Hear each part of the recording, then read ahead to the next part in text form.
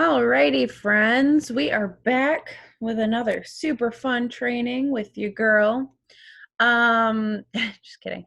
Okay, so we are back though, and we are going to be doing um counseling and suicide intervention, which is not super fun, but we are going to do our best to make it that way. All right, from beginning, here we go. Okay, I don't want it to hear me talking. There we go. Okay, so no matter what your role is at Safe Place, it's really important for us to talk about number one, our counseling program, which is my favorite part of Safe Place, of course.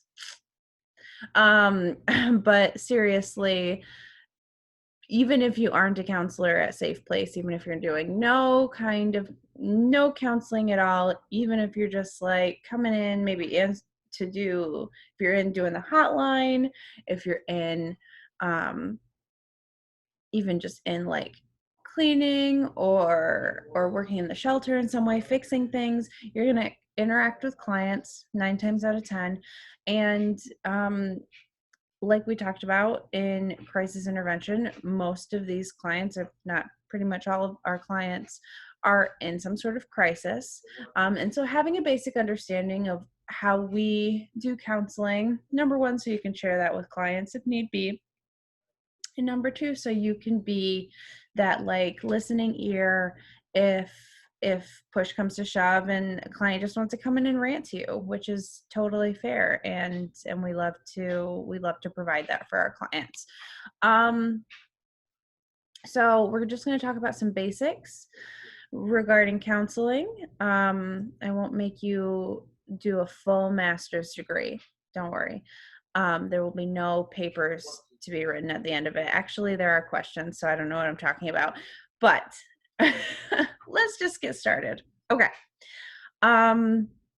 So human-made versus natural disasters. Just a little just to distinguish this, and what most of our clients are experiencing. In a natural disaster, there's a sense of safety knowing that the disaster's over, you can get help, there's a beginning and an end. So it's clear cut, it's more black and white. And then typically after disasters are something you can see, something that's well documented, or like even a physical injury is something that is easier to see, and it's well documented, and there are people that are there assigned and ready to help you, and et cetera, et cetera. With human-made disasters such as domestic violence, human trafficking, abuse is intentional and long-lasting, even if a person has left their relationship. So number one, there's no clear beginning and end. And also, sometimes you're the only one who can see that abuse because it's happening behind closed doors. So it's hard to reach out for help. It's hard to get those things that you need if you aren't able to accurately like articulate what's going on. If you just feel something's wrong and you're experiencing abuse, you understand that something's not right, but that might be hard to convey to other people, especially who aren't learned in like domestic violence or human trafficking. And then additionally, this last point on the slide's really huge, and like I want you to sit with this for a minute. If the person causing the trauma is someone that you know and even love, trauma can have worse effects. Of course, like that seems pretty obvious, but let that sink in a little bit. Your partner that's supposed to be the one that loves you the most and sides with you and supports you and is there for you the most is the one that's causing all of this pain, um, and so in this imbalance of control and making you feel maybe crazy or causing you physical pain. How are you going to be able to trust again? How are you going to be able to go into a new relationship, whether that's an intimate one with a romantic partner, or maybe just relationships with any other person in general, if you can't trust the one person who is supposed to love and care about you? Imagine how hard it is for people to even come into our shelter and seek out advocates. We are strangers. And yes, just something to think about what our clients go through um, when they even just coming into shelter or leaving that relationship, how difficult that is on our brain. All right. So I always talk about victim versus survivor and what the difference is between those terms. I pretty much use them in this presentation. I will pretty much use them interchangeably. However, here's just really quick outline the difference between the technical difference between being called a victim and called a survivor. On the slide, you have the dictionary definitions of victim and survivor. So victim, one that's injured, destroyed, sacrificed under any various conditions, subjected to oppression, hardship, or mistreatment. And then survivor, to remain alive or in existence, to live on, to exist or live after that oppression, to continue to function or prosper despite being injured, destroyed, sacrificed under any various conditions. So survivor recognizes the strength, courage, and survival strategies of domestic violence and sexual assault victims, human trafficking victims. It recognizes that you've been through something, you've almost conquered might maybe is the right word, but nonetheless you've survived, you've been through it, you've overcome it.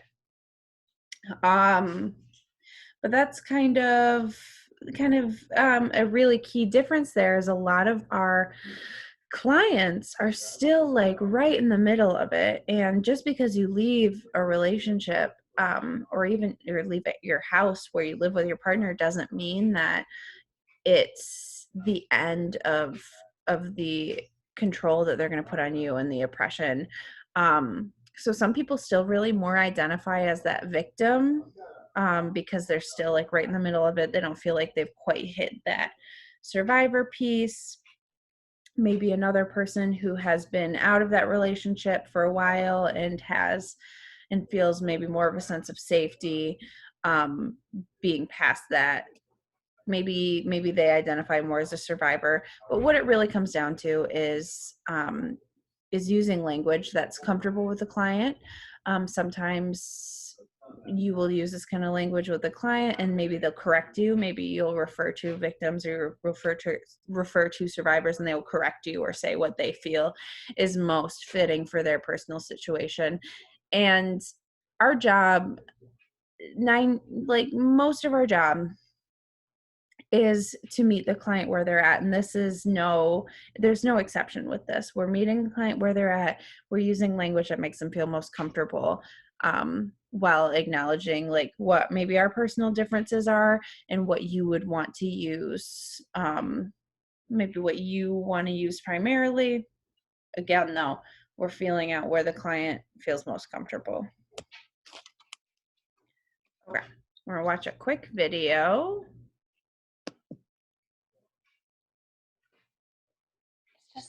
There's all this pressure, and sometimes it feels like it's right up on me and I can just feel it, like literally feel it in my head, and it's relentless, and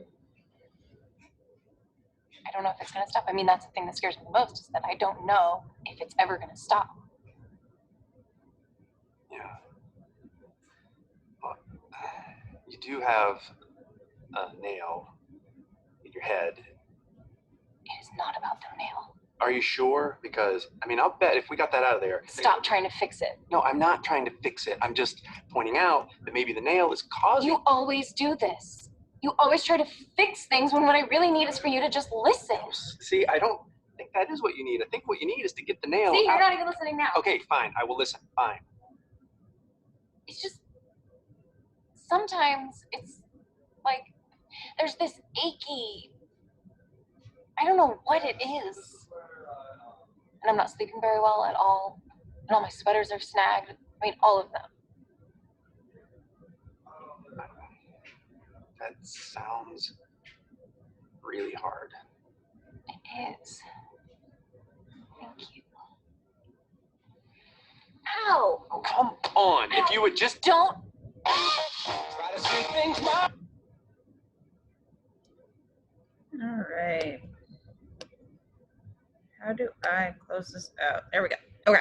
So we like to use that video. I like to use that video because it's a great illustration of what our job as counselors or just advocates in general is like 90% of the time for clients. Of course, yes, we do have some counseling that's solution focused, and like a lot of work that Eleni does is very solution focused, and that's great and that's really helpful and clients need that. But 90% of the time what our clients need and what people in general need is to feel heard and to feel like somebody cares and is on their side, um, and not necessarily like, oh, well, let's fix it, let's make something happen, let's do something. Not everyone's quite in that stage, especially if you're learning to trust people, you're still like finding your footing. All a lot of clients need to hear is that you're there and that you're sorry for that they went through that experience, and that experience is real and that it must be really hard, even if the solution seems really obvious to us. And what we call that is empathy. Empathy is a way of listening and communicating with another person that results in them feeling validated, listened to, and supported. It's feeling with rather than feeling for. Brene Brown has a really, really beautiful video on empathy on YouTube. You just type in empathy, Brene Brown, and if you haven't seen it, I highly recommend it, although a lot of people have seen it now because it's so awesome. And it illustrates beautifully how empathy is us sitting with a person in whatever they're feeling, and just being in that darkness with them if that's what they need, rather than kind of looking down from our perspective, and saying like, hey, you okay, it's gonna be fine, we're gonna get over it. That's not always the most helpful. I love to use the example of the movie Inside Out, which is like one of my favorite movies ever. If you haven't seen it, again, I'm just giving you a lot of things to watch, so take it or leave it. But if you haven't seen Inside Out, you will not regret it. It's amazing.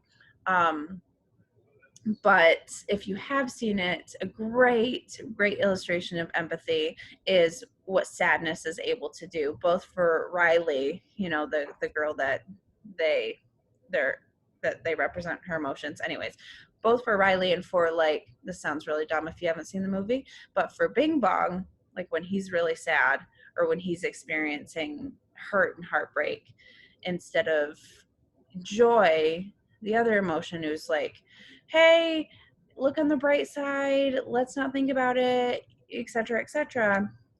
Sadness is able to sit with him and say, you know what, this must be really hard. I'm just going to talk to you about what you're feeling and let you feel it, even if it's uncomfortable for me to see you crying or see you being sad.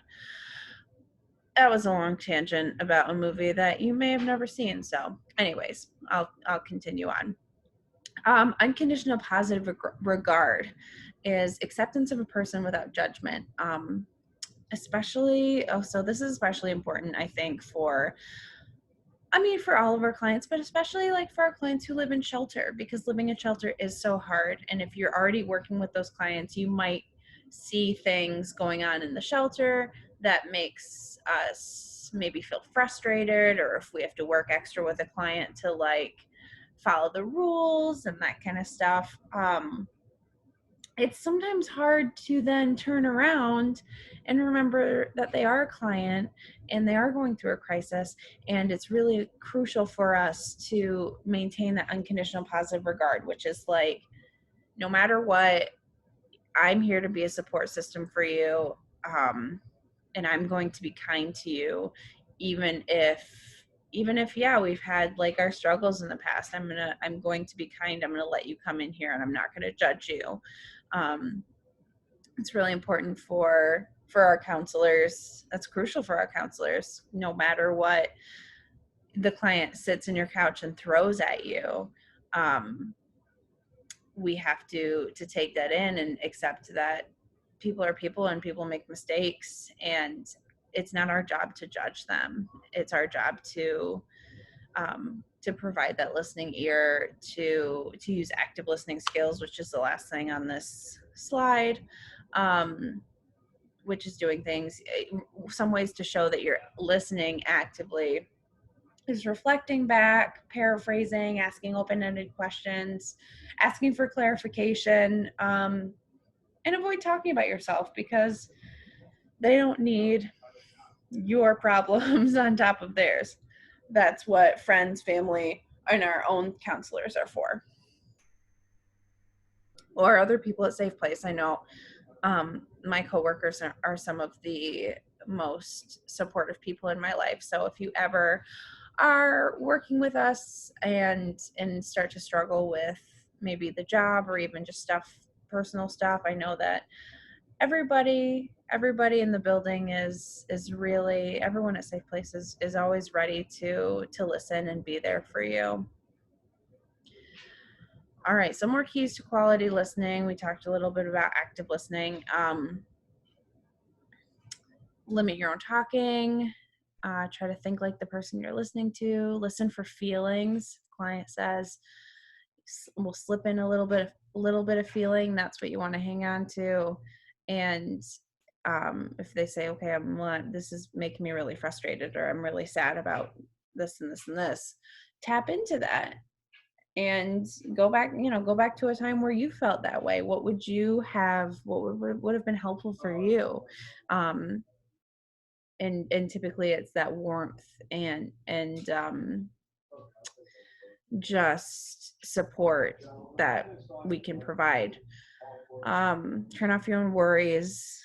This one can be tough. You sit with someone for a while and you start to think about your grocery list. But the best you can, turn off your own worries. Catch yourself when you're doing that. It's okay, it happens. But catch yourself and really focus on what the person's saying to you, because clearly if one of our clients is talking to you and opening up, you might be the only person they felt safe enough to do that with this far. So it's really important that we're making a good impression and letting them know that they are supportive. Okay, so we use advocacy-based counseling at Safe Place. We don't diagnose, we don't prescribe medications, we don't have any psychiatrists on board.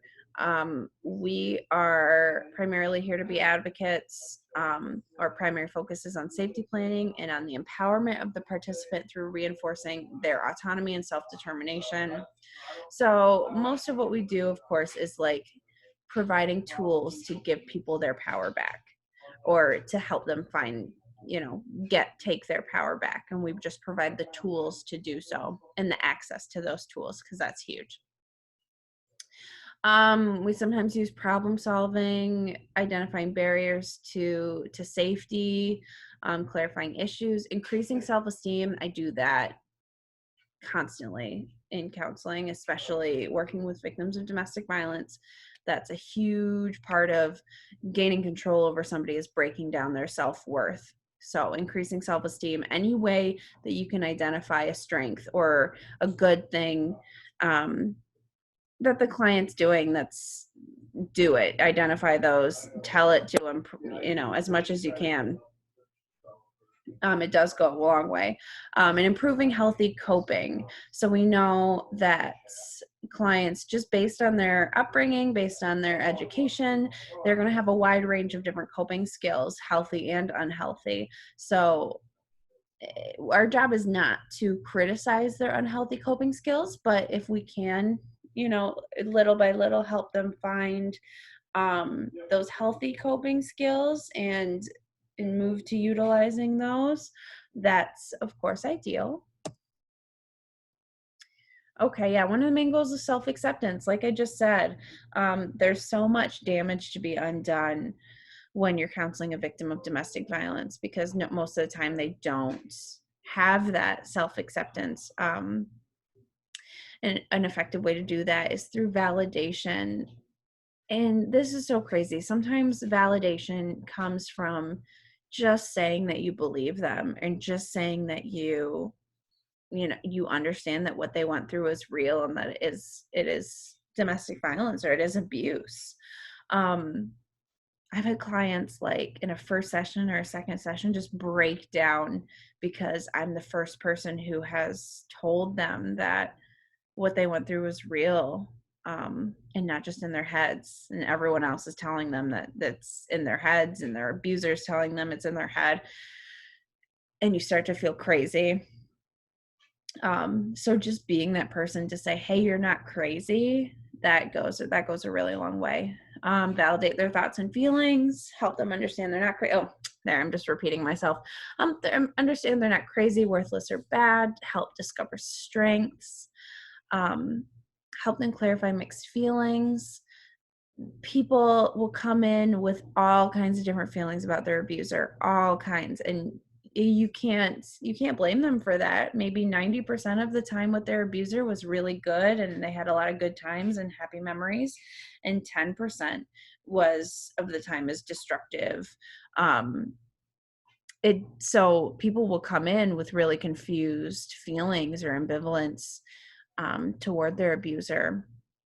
So recognizing that that's normal, and and allowing them a space where they can feel, um maybe feel sad, or even miss their abuser. And it sounds really counterintuitive, um but a lot of times like we're expecting them to feel one way or the other, like, okay, you either hate this person or you love this person, like what is it?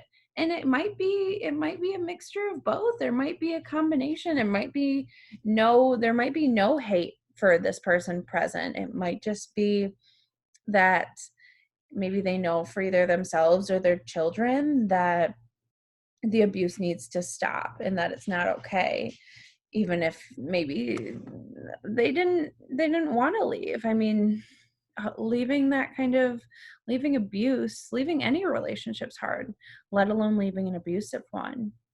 But at the same time, again, we stress the danger of the situation, especially if there is severe danger. If there is um, severe abuse, we know that leaving is the most dangerous time.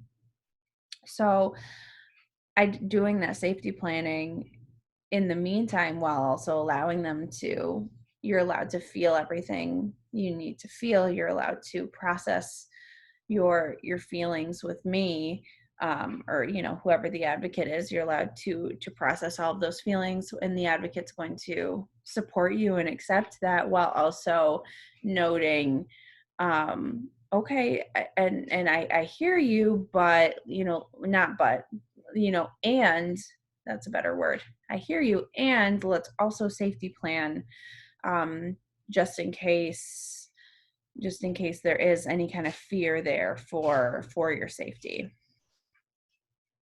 All right. Um, so helping them move away from feeling responsible for the abuser and learning to take care of themselves, what they need, take care of those needs, talking about self-care, self-care, self-care, self-care. There's a whole other training on self-care, so I won't get too much into that, but huge for our clients, of course, huge for us, huge for our clients, huge for everybody. Everyone should be practicing good self-care. Um, Emphasizing strengths and obstacles that the client has overcome. So point out where they've been successful, even if it feels small. Usually, you can imagine how huge it must be for somebody in a really precarious position, like somebody who has been abused. It is every one of those baby steps is really like huge and like climbing a mountain. So tell them that. And if you have that thought ever, you're talking to a client and you have a thought like, wow, I can't believe I'm so in awe of like how you were able to get through that. Tell them that's not weird. I mean, it might sound weird at first to so openly, um, identify those strengths and successes to a stranger, but sometimes that's exactly what they need to hear is, um, is how they've been successful, and that they are strong, because sometimes, those are those moments where you're feeling really weak. Um, and you just need someone else to, again, validate you. Okay, so you've already got kind of DV 101, I believe, from Melissa and Katie, but we'll talk a little bit about tactics and warning signs. So physical abuse, any use of size, strength, or presence to hurt or control a partner. You can abuse somebody without ever touching them, ever once. But a lot of times we do see that physical use of, even just use of size to intimidate somebody. A lot of my clients will tell me, like, okay, when my abuser gets mad, they punch holes in the wall. That's not physical abuse towards you, but it's displaying a display of strength, and a display of, like, okay, this is the damage I can do when I'm angry enough, and that in and of itself can be enough to control somebody. Any kind of non-consensual sexual contact in a relationship is absolutely abuse. It does not matter if you've been married for 48 years. I don't care if there is non-consensual sexual contact. That is abuse, and that's not okay. Use of technology to control a partner. We talked a little bit about this in the crisis intervention training. Verbal abuse and use of words or voice to control or hurt a partner. Again, it doesn't, abuse doesn't have to be physical, and also you can do a lot of damage through just the things that you say to somebody, and again, with emotional and psychological abuse. Action or lack of action meant to control or demean a partner. Just the things that you say can do a lot of damage on a person, and even the voice you use to say them, the volume or the tone, it can be used as manipulation. All right. A lot of clients will come in and ask about, well, how do I know if this time my abuser's really changed? And here we have some documents that have a few tips. This slide has some of them included, of things to look for, if somebody, or signs that somebody has changed. Admits to what they've done, stops making excuses, doesn't blame you, doesn't demand credit for improvements or declare themselves cured, accepts consequences of their actions, doesn't blame others for them, doesn't blame the person that they've abused for the consequences, changes how they handle communication and conflict, does not use change as a bargaining chip, doesn't say, hey, but like you remember last time we fought, I handled it really well, so this time I slipped up a little bit, but it's still okay. It's absolutely not. It's hard work for abusers to undo the tools that they had been using, or to take out the tools that they had been using and replace them with healthy relationship skills, but it is necessary, and clients should not be settling for less than that. Some rights in a relationship, things that you always have the right to do or feel within your relationship. You always have the right to be in a good, healthy relationship. You should always be, to not be abused, to leave or stay in a relationship. That's always your right. To say no to anything at any time. This isn't just romantic relationships. A lot of these can be applied to any relationship, but yeah, this is a good place for us to start. Okay. So we talked a little bit about how trauma affects the brain. Well, we talked a lot about it. in crisis intervention, trauma-informed crisis intervention. But just a reminder how stress and trauma affects our brain and how it is affecting our clients' brain, especially people who are in shelter, who are right in the middle of this, and on top of that have to come and live in this communal setting, which we know is not super easy. It's not on the top of my list of things to do, and it's just obviously necessary for safety. But keep these things in mind with all of your interactions with clients and how their stress may be manifesting in a way that is maybe causes you some negative feelings towards them, maybe whatever. Maybe you're like, what is going on with this person? They're acting like really weird. It could be that trauma or stress response. So people will experience stress physically, um, fatigue, trouble sleeping, stomach aches, like gastrointestinal things are huge with stress. The brain gut connection is like crazy strong. Um, Headaches, weakened immune system. People get sick easier if they're under a lot of stress. Um, okay, emotional responses might be loss of motivation, increased irritability and anger, or maybe depression and sadness, inability to focus, mood instability. We talked about how people who have experienced trauma have a hard time regulating their emotions. So they may have high highs and low lows, and they may cycle through those pretty rapidly. Behavioral, unhealthy eating, drug or alcohol use, social withdrawal, all kinds of things you can think of in your life. What your maybe your nervous tics are. Like if you are a nail biter, obviously that's a very kind of simple or common or commonly experienced one to any amount of stress, but maybe significant stress will cause people to want to escape using like drugs or alcohol, um, under eating or overeating, that kind of stuff.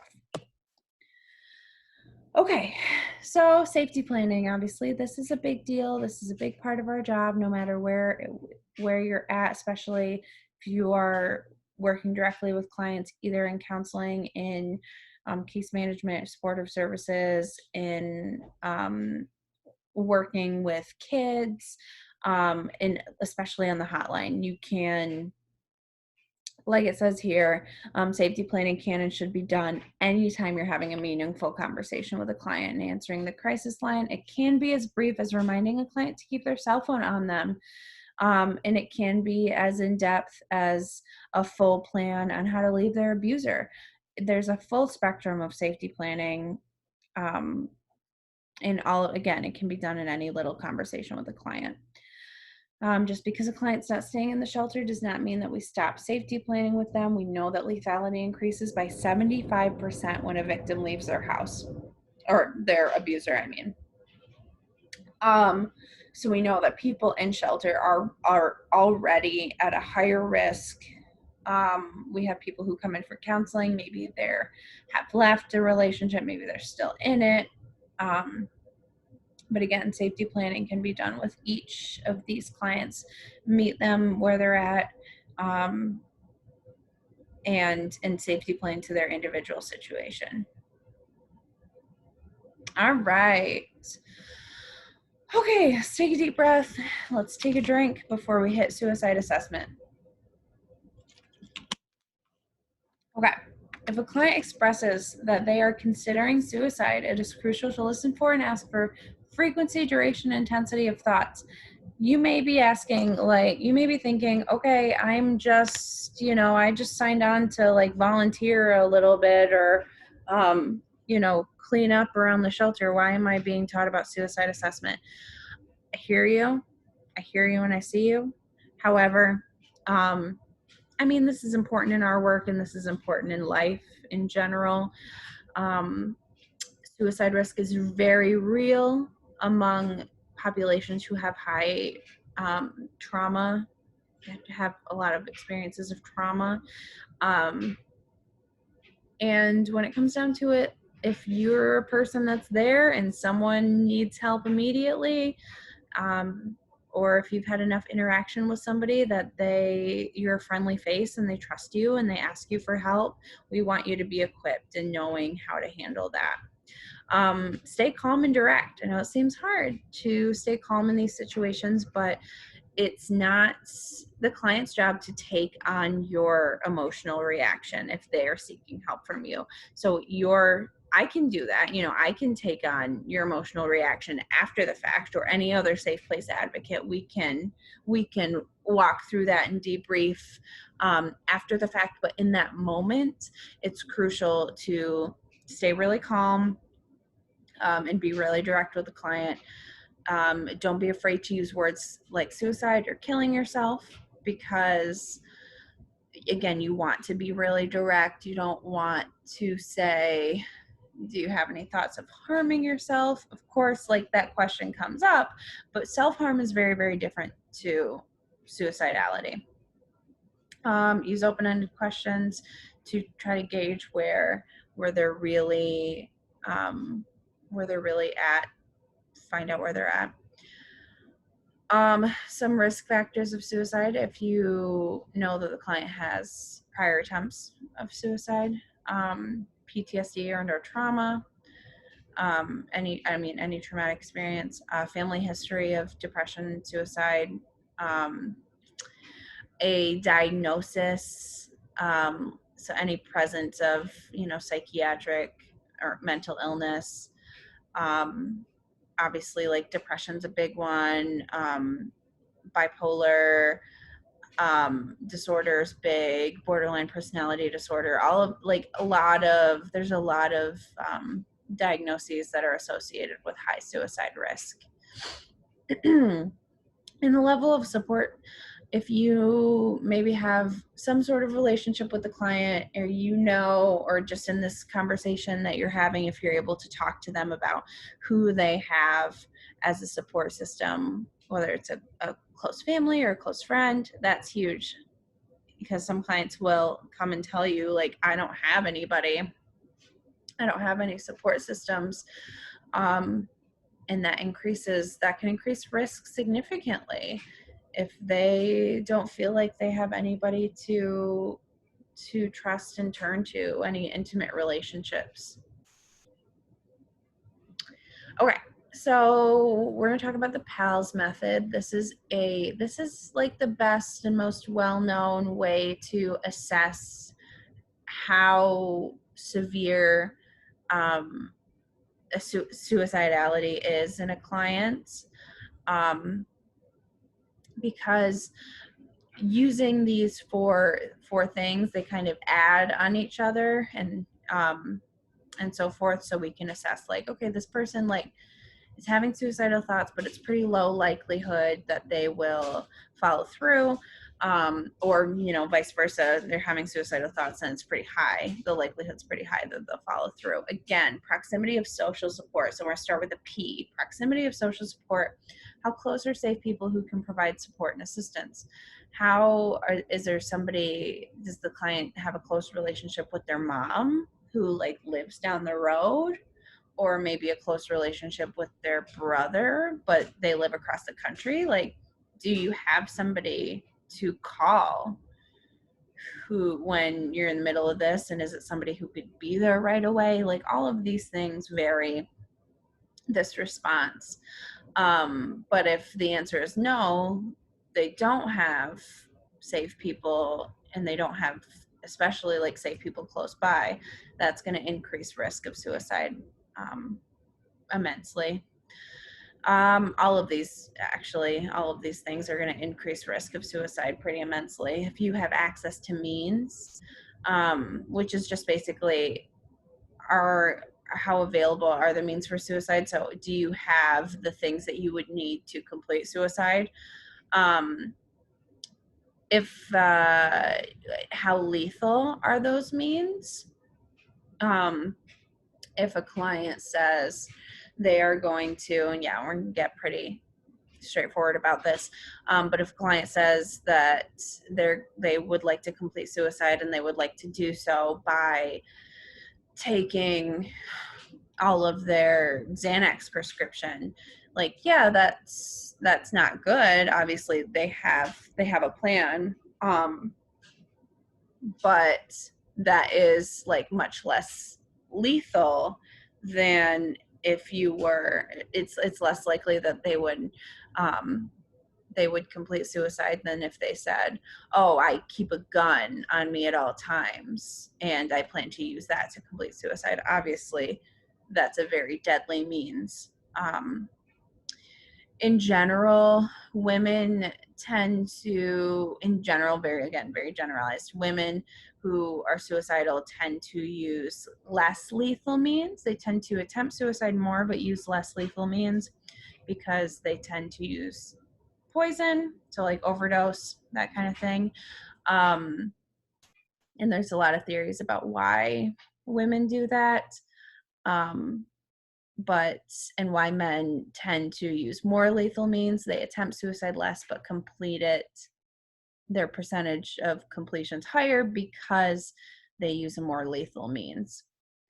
um and then specificity, how detailed and specific are the plans? If a client comes to you and says, like, I've been thinking about attempting suicide and this is my plan, I have access to means, it's very lethal, and I'm going to do it when I leave here, or I have plans to do it at this time, obviously that's major red flags, major, like, okay, this person needs immediate help.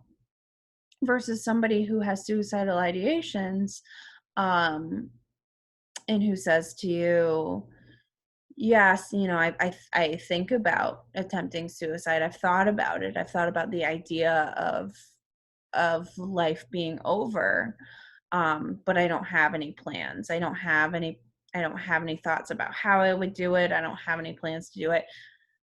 Obviously suicidal ideation is something that should be addressed regardless, but this person is in a lot less immediate danger than the previous example.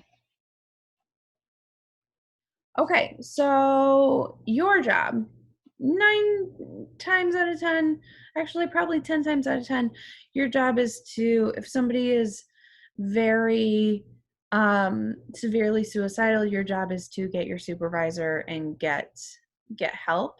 Um, but obviously, depending on your role at Safe Place and depending on the level of severity of the client, we have a lot of different options.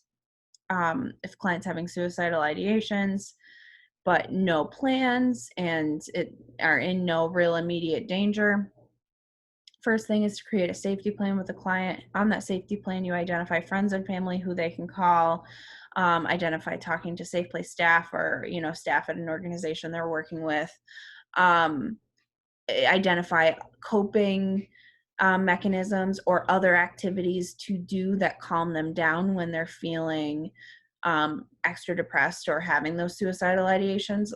Some people, like, there's some examples on here: exercise, read.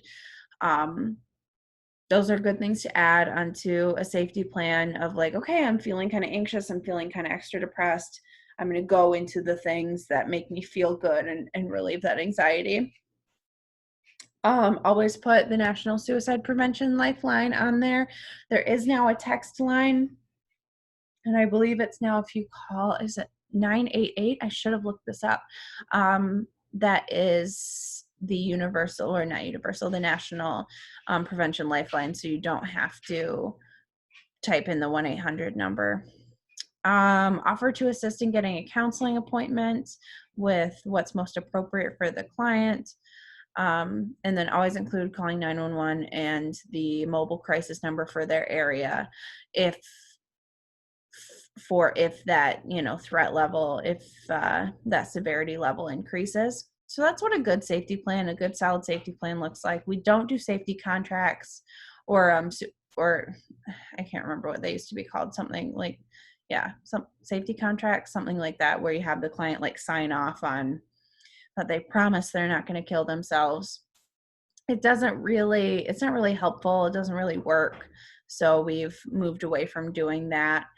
However, if you are with a client who is having some severe mental illness or suicidality, if the threat is high, you can call the Summit Point mobile crisis line. They will come and assess the client for you, and then do what they need to do, whether or not the client needs to go to the hospital, et cetera, et cetera. Summit Point will kind of take the lead on the next steps for that once they've assessed the client. However, if it's severe, like we talked about with that last example we gave, this person has access to means and they have a very lethal method and they have no family nearby, and they have a very specific plan, that's when we're just really going to call 911, and get the client the help they need immediately. Okay. So doing this over video is a little trickier, but I am just going to walk you through the role plays that I usually do in trainings. Okay. So I'm just going to walk you through these really quickly. We'll just roll through these. But a couple examples of scenarios. First one, a client comes into the resource center during your shift. She is visibly upset, pacing and crying. You ask if she's all right, and she tells you that she found out that her abuser destroyed all of her documents. She tells you that without them, she will be unable to find housing. I may as well just die, she exclaims before bursting into tears. But person has no plan for suicide. So next steps for this would be, obviously you can talk to the client more about how she's feeling, but this kind of suicidal ideation is really, really common. It's those moments where we go, I just feel like overwhelmed and like this crushing, anxiety, but it's in this moment. And if I sit down and calm down and take those breaths, use some anxiety management, coping skills, etc., then it's really not an option that I've considered. It's really not something where I've sat down and thought about doing it. Just in that moment, I felt that way. So this person, kind of on first look, doesn't seem to be in immediate danger. I would probably, talk to them about a safety plan and make sure they get in with a counselor, as long as when you talk to them, they don't express any kind of plan or method for completing suicide, and it was just a moment of anxiety. Because again, suicidal ideation, especially among people who've experienced trauma like this one, even just this one part of this person's traumatic experience, it's so common. Most people at some point in their life have had that kind of thought, and it's kind of scary to think about, but it's real. So important for us to consider. But it's really common, and probably most of our clients at some point in their stay have had kind of that same thought around those same lines. So then it's just our job to make sure they're getting the support that they need and assessing whether that's, again, real danger or just a visceral reaction to what's going on. Okay. You're finishing up a workshop with the clients in the dining room. One client stays behind after and asks to speak with you privately. He tells you that he's feeling unsafe and may be a danger to himself. He shares that he has been hearing voices commanding him to kill himself. He says that they are the worst when he is alone. He does not have a specific plan, but at night the voices urge him to take all of his medications at once. So I know this one's kind of different because we're dealing with mental illness here, and we'll talk a little bit more about mental illness at the end of this presentation. Should probably switch that. No worries. So with this one, obviously there is that plan. There is that kind of specificity to the plan. It's relatively lethal, but the real worry here is that this person is obviously having hallucinations, and command hallucinations are the most dangerous, telling you to harm yourself or somebody else. And these are commanding this client to kill himself. So obviously that's really serious. We're going to take that into account. So in this situation, I would probably talk to the client first about a safety plan, always talking about safety plans, but also consider, ask the client to maybe consider going to get medical attention. This client is clearly asking you for help. Um, they want relief from this, so they might be very willing to go get medical attention, or talk to the Summit Point crisis people if that's the better option.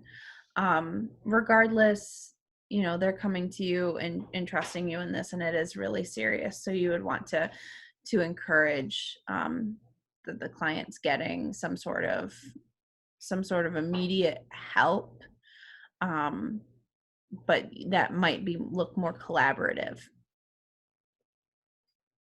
Okay. um There's a client staying in shelter who has been there before. During the stay, you notice them spending more time around the shelter. Their speech is softer and slower than normal.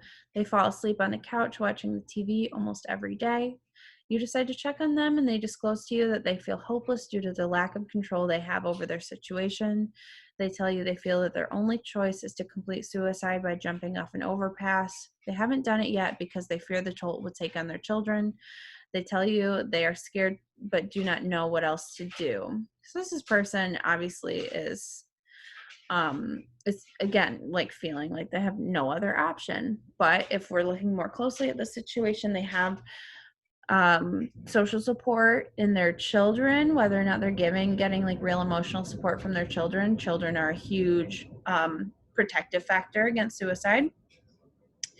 Um, and this person's also clearly experiencing some major depression, like probably a major depressive episode due to some of these other symptoms that we're seeing here.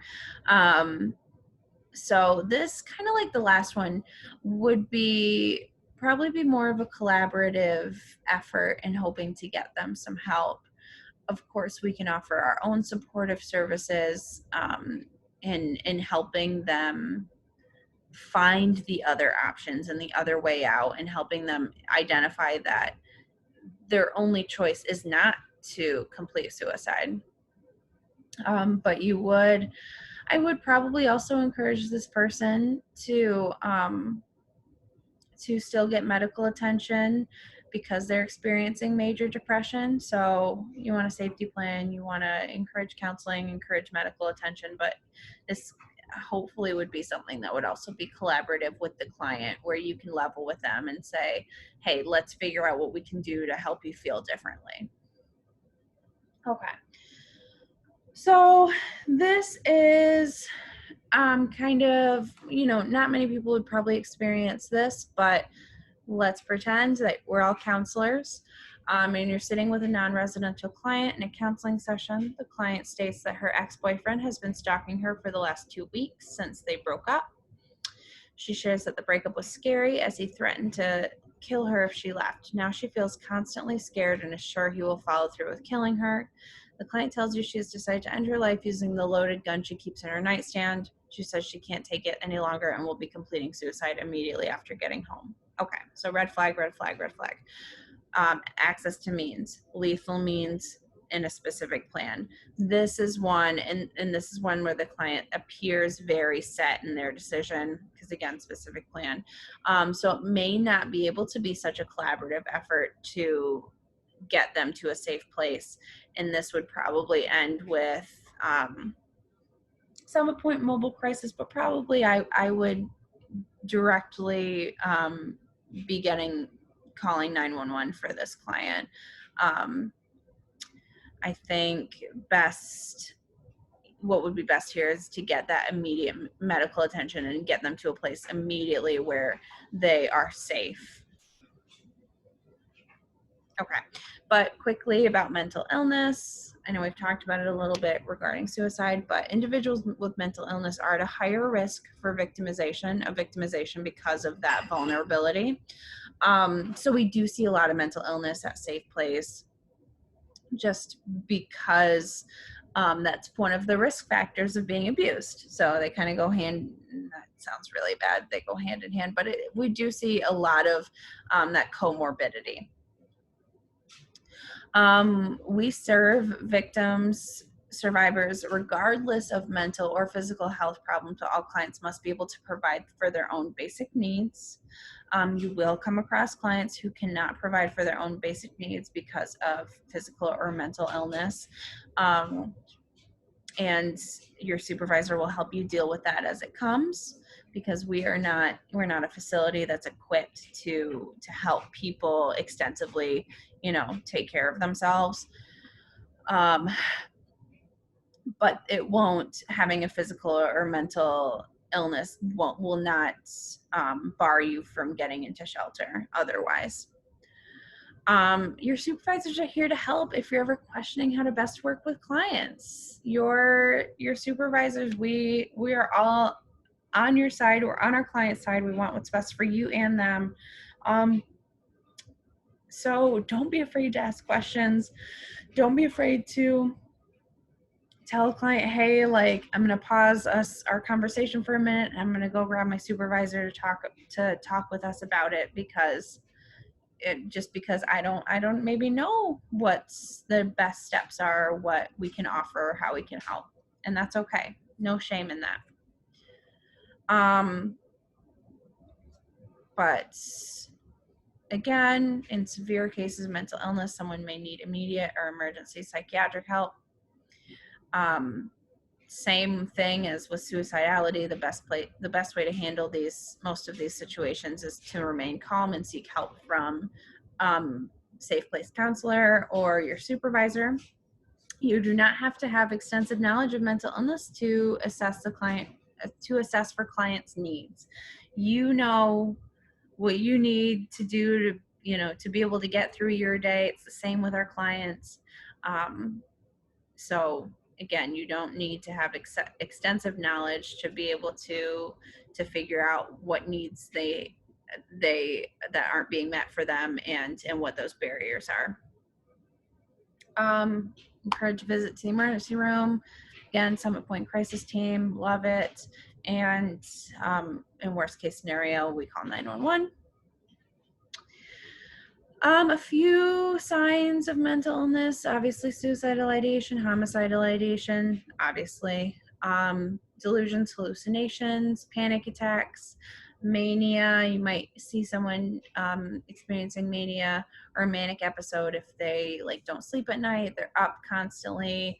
I believe we had a client once who didn't sleep, and all night she would clean, which great. I mean, love it. We love a clean shelter, but obviously there's some concern for that client's well-being. Word salad, or somebody talking and not, their words don't make sense together, or whatever that might look like. Flat or wide affect, so either they don't show a lot of emotion when they're talking to you, or they're so expansive and show so much, have such a huge emotional range and no emotional regulation. Poor personal hygiene and substance abuse.